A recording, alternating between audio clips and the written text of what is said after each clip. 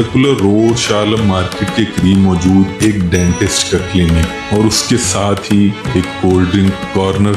ना गाड़ियों का शोर, ना ही मोटरसाइकिलों की भरमार। साइकिल का इस्तेमाल आम था, पैदल चलना लोग पसंद करते थे। कहीं कहीं रिक्शा या टैक्सी भी नजर आ जाती थी। तांगे आम होते थे।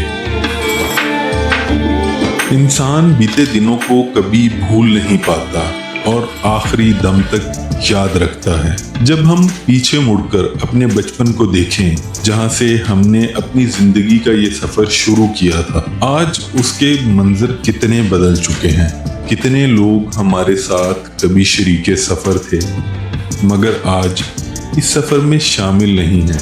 कदम कदम पे कोई ना कोई जुदा हो जाता है। शबो रोज माहो साल पलक झपकते ही बीत जाते हैं और सिर्फ यादें ही रह जाती हैं। तो चलिए आज आपको दिखाते हैं 1950 से 1980 के लाहौर की कुछ पुरानी तस्वीर और वीडियोस जो शायद बहुत से लोगों के दिलों में आज भी जिंदा हों।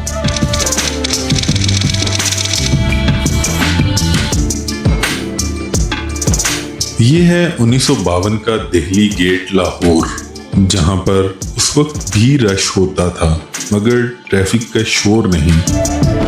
जब पाकिस्तान आज़ाद हुआ तो उस वक्त लाहौर के आसपास बहुत ज़रई ज़मीन थी। लाहौर के बहुत से लोगों की बचपन की यादों में से एक याद इस डबल डेकर बस का सफ़र भी है जो उन्हें आज भी याद होगा।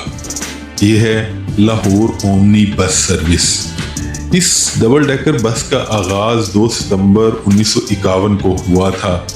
बच्चों के लिए ये एक अजूबा सवारी से कम ना थी।